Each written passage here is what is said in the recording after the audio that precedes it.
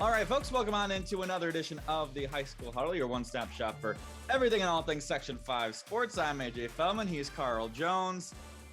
The Section 5 teams are on spring break. A lot of teams, especially all these softball teams, went south for spring break.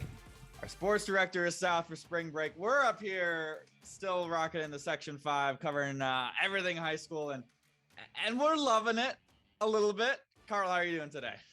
I'm all good. I looked ahead for the forecast and I'm seeing 70s. So you know what? Regardless of what it may be today, I'm in a better mood considering what the future may bring. Okay, that's my little spiel for the day.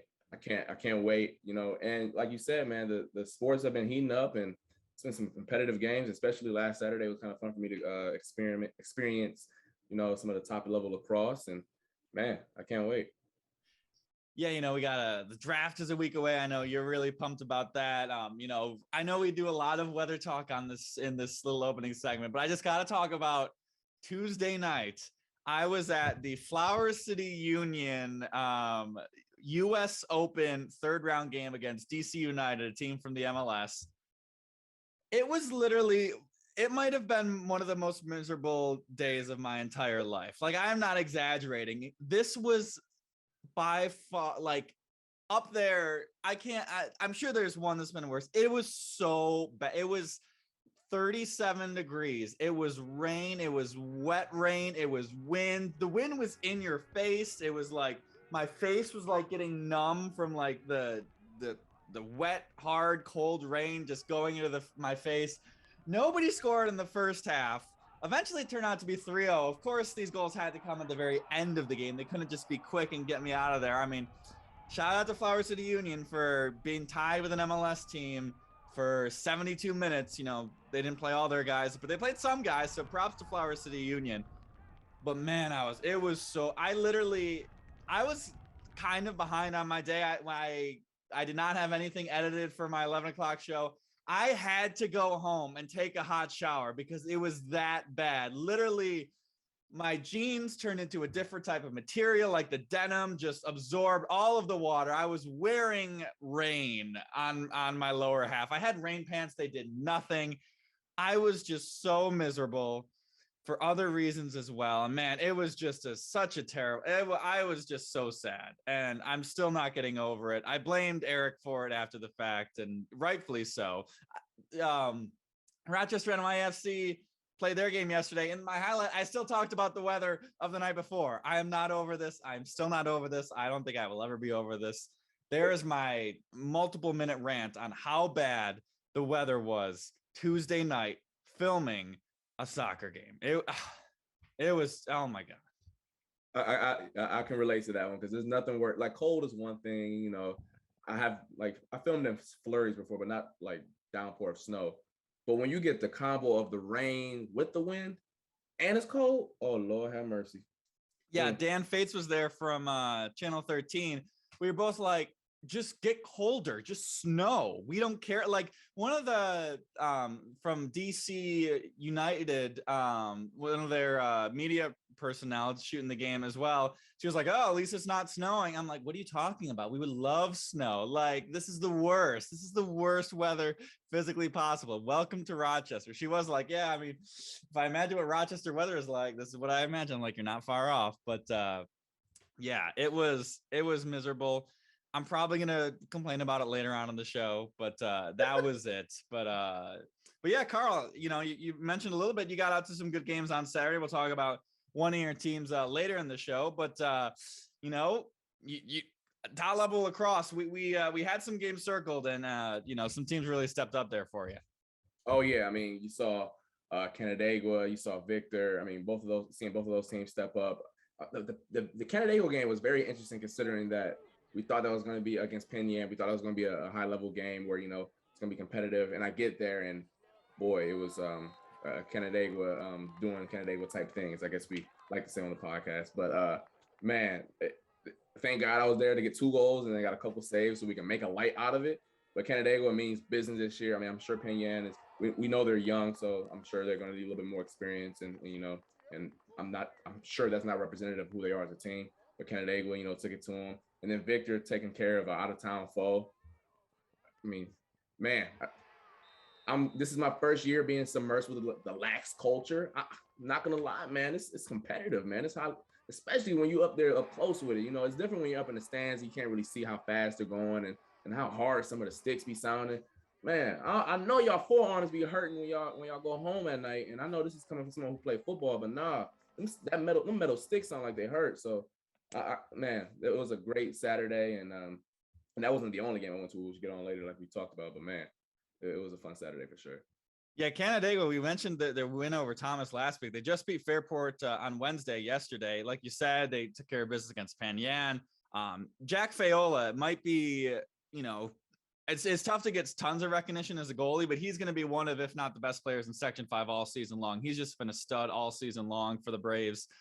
Their only losses out of Section 5 Baldwinsville. They got a couple games. They played Brother Rice, who I do not know their skill, but they have a couple Section 5 teams to kind of warm them up for their next big foe against Victor in a couple weeks. They're probably going to walk into that game with 1 or 2 losses. So a good start for Canandaigua as well. They're hungry to redeem themselves from last year's sectional title loss. They seem to be out to a pretty darn good start as well. Well, like you said, Carl, you were at another game. We were teasing it a little bit. We got our team of the week coming up, and this is the team that, man, it is real. They are really impressing so far this season. So without further ado, Carl, your team of the week. The Irondequoit Eagles. I mean, shout out to y'all, man. I mean, we're gonna talk about last year a little bit. 5-6, not the best year. I believe you guys lost in the quarters to Thomas 18-2. So, and then now we start this year. We're 5-0, and we've taken down 3 really, really darn good opponents. We took down Palmac 15-3, which when we saw that at the time about a couple weeks ago, we were like, hold on, like what happened there? We know Palmac's legit. Don't know what happened. And then 2 weeks later, you're like, okay, wait a second. I don't know if this is a Palmac thing or just IQ is like this good. Against Schroeder, I got there, it was 7-5, and then Schroeder ended up tying it at 7-7. And then the 8th grader, Cooper Moore, my man gets back-to-back goals in about 90 seconds apart to essentially put the game away. I mean, we got 8th graders making like huge contributions in high-level lacrosse. Shout out to my man, Mr. Moore. And then they followed it up with they were up 7-1 at one point on Pittsburgh. So, and they ended up winning 10-5. But boy, this IQ team ain't nothing to play with. They had a hell of a week taking out Pittsburgh and Schroeder. Just to highlight some of their guys real quick, Noah Gibson has 19 goals on the year, which is 4th in Section 5, and he's 3rd in points. So clearly he's one of those guys who's on everybody's scouting reports when you're up against the Eagles. They also have Aiden Greco, who we called in the light a little bit, with 13 goals in the year. And then the 8th grader, Cooper Moore, 11 on the year. So they got a little 3-headed monster over there in Irondequoit, and they ain't nothing to play with so far, considering where they came from last year, man. Shout out to them. Yeah, 6-0, their best start since 2012, when they actually went all the way to the state championship game, falling to Garden City 11-4. So, this is a team that has had success in the past before. They've kind of fallen off a little bit in recent years. That 2012 team, their last sectional title game, but before that, they won in 2011, they won in 2010. So, I, of course, was not here. So they had that run in the early the early part of that decade. They've kind of fallen off a little bit, but it seems like they're finally building something here. Aaron Batazzo is their head coach. This is only his 2nd season. He had last year was his he's played 2 years. I think it might be 2 years as head coach. Either way, a new head coach relatively soon. He seems to be turning that program around pretty well. And a good start for Irondequoit. They have a tough test today as we record this podcast on Thursday. They're taking on Thomas. So, we'll see real quick. Pittsford is a very good test as well. Thomas in another level. We'll see real quick to see exactly how this Irondequoit team squares up. These are both Class B foes. So if they're going to want to make some noise in Class B this year, these are the types of teams they're going to have to beat. But, a great start for the Eagles as well. Congratulations to them for the strong start to their season. My team of the week, picking up right off from where they left last year. This is the Class B1 champs from last year in baseball, the Palmac Red Raiders. And I started, trying to do this research. Now, Palmac hasn't done a ton in the last week. They've only played 1 game. But when I was looking for teams, I got kind of caught up on Aquinas. They won their last 5 games. I was like, all right, maybe under the radar team, something like that. And then I look at the rest of their schedule. They got this loss to Palmac 13-0 to start the season. I'm like, all right, let's look into Palmac a little bit. Let's see what they're doing. Palmac is outscoring their opponents so far this season. It would be 40-0. Huh? They have scored 40 runs. They have given up 0 runs so far this season. They beat Waterloo yesterday, Wednesday, as we record this podcast, 12-0 in 5 innings. They beat Newark 15-0. And then they beat Aquinas 13-0, which, as I mentioned, they're having a really good season so far. So Palmac, 40-0 to start off the season. I don't care who you're playing. I don't care where you're playing, when you're playing, what sport you're playing. That's going to get my attention for sure. 40. That got to be a typo, guys. Got to be, right? I mean, 40-0. Shout out to the Red Raiders, man. That's legit.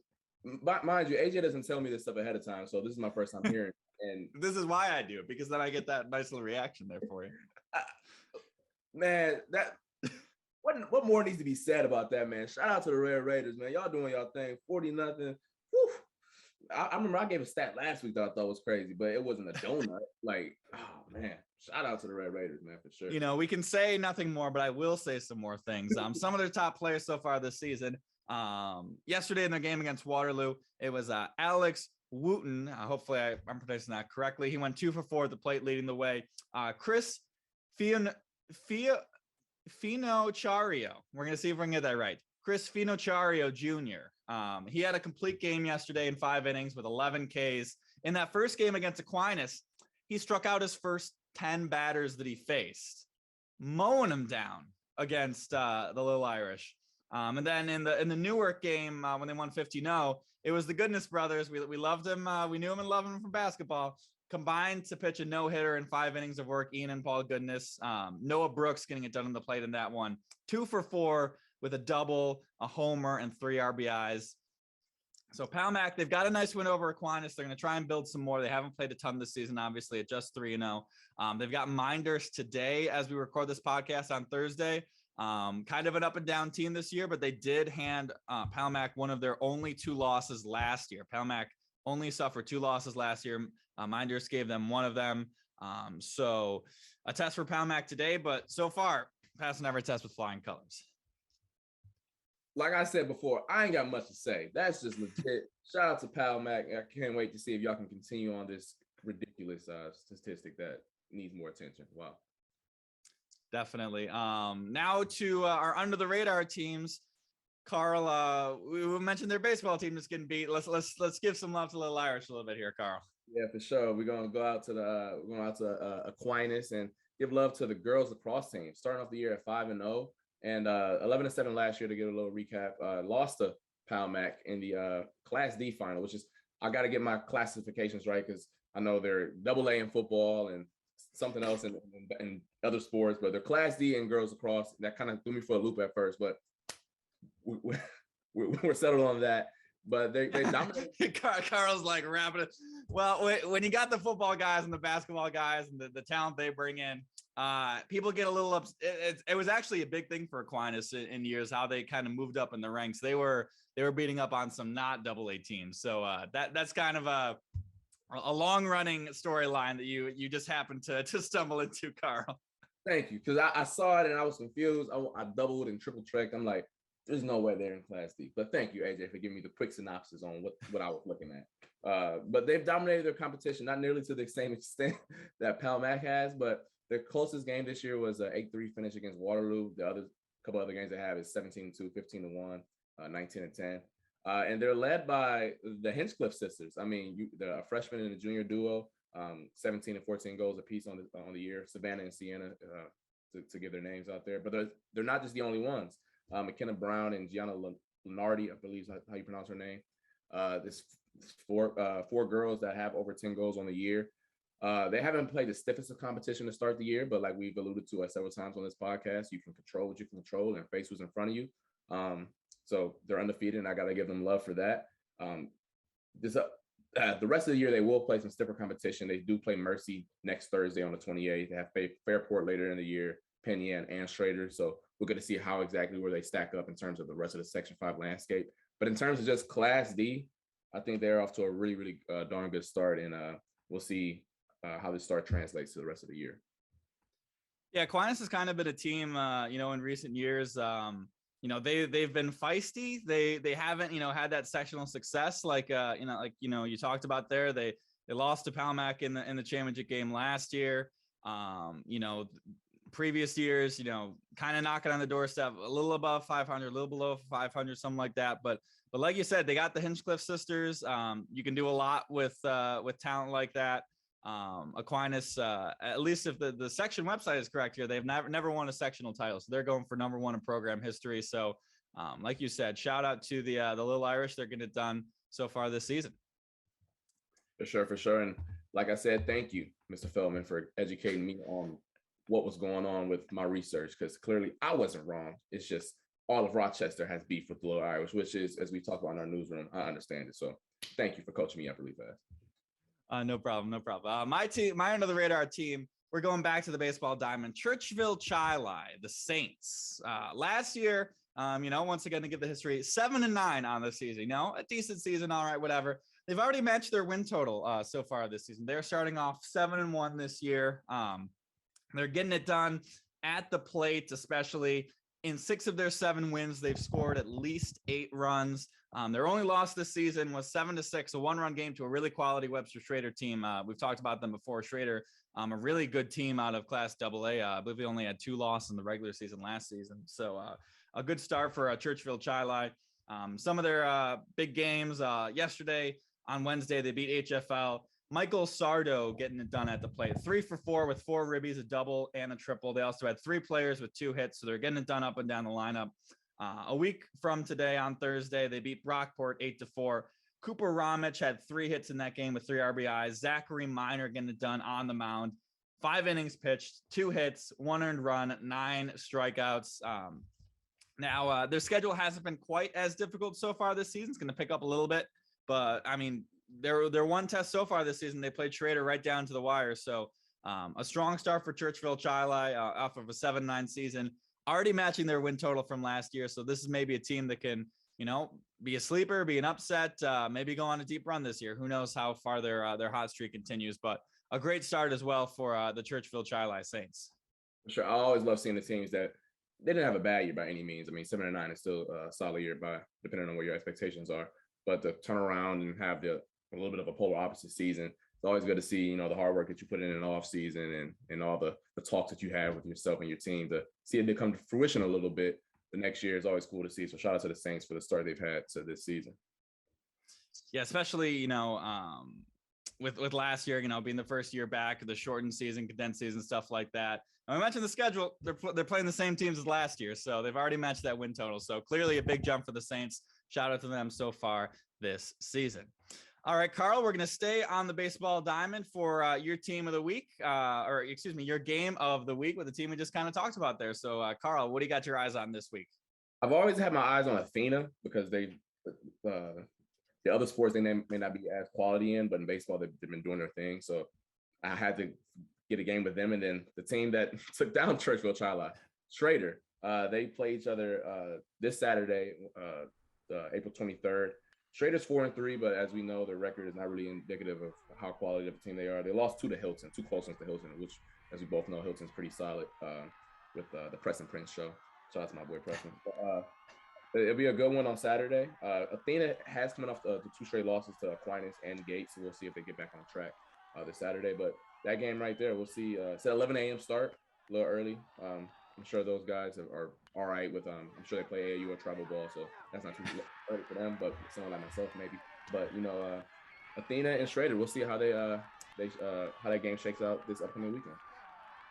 Yeah, Athena, like you said, coming off 2 losses. Before that, they were undefeated on the season. We're trying to figure out what the Trojans are going to have this season for us as well. That'll be a nice test for them as well. I'm going to stay on the diamond, going to the softball side of things for my game of the week. We are going to the Rainbow Classic, at least on the softball diamonds as well. Mendon versus Sutherland. You don't have to say too much more than that, but we will say much more than that because that's what they pay us to do here on this podcast. That game is going to be on April 25th. As I look at my calendar, that is a Monday. They're playing that one at Sutherland in that one. Both teams have only 1 loss on this young season so far. both of those losses were to the same team. They were to Brighton. The Bruins having a really good season so far, this team. We talked about gaudy numbers. Mendon in their 4 wins, we're going to forget about the loss for a second. In their 4 wins, they're outscoring their opponents 41-0. So they're getting it done against the teams that are on their schedule. We've already talked about Sutherland a little bit so far this year. They're 5-1. They beat HFL in that sectional title game rematch last year. We talked about them as well. These are 2 teams that are going to be sectional title contenders so far this season. This is going to be a good warm-up test for both of these teams. Carl, you got a chance to see Sutherland a couple weeks ago in the rain against Kearney. Both of these teams off to some really good starts this season. And Mendon and Sutherland, what more can you say? I'll say it was a drizzle though, because now that there's levels to rain, and I didn't deal with nothing that you had to deal with this past Tuesday. It was a little drizzle. But I think Petra Hunt, I'm sorry, excuse me. Petra Hunt, yeah. The 7th grader. I wish she would have did something, because I know she's gonna be a stud in the future. But yeah, any game that involves the 2 Pittsburgh schools, it's gonna be bound to be an exciting one for sure. Exactly. A Monday game. I think Tham might be back. Maybe we'll be able to get you out there for an afternoon softball game, but we will see about that. We got a busy week coming up ahead of us. All our teams coming up from spring break. We'll see what we do with this show next week. There might be a chance with the NFL draft. We changed this up a little bit, but I think we should be back for another week of the High School Huddle podcast next week. It is time to break the huddle. For Carl Jones, I am AJ Feldman. We will be back next week. In all likelihood, most likely, I'm pretty dang sure we'll be back next week, but we will be back then. Once again, Spotify, Apple Podcasts, YouTube, and RochesterFirst.com. Thank you very much for listening and for watching, and we will see you next time.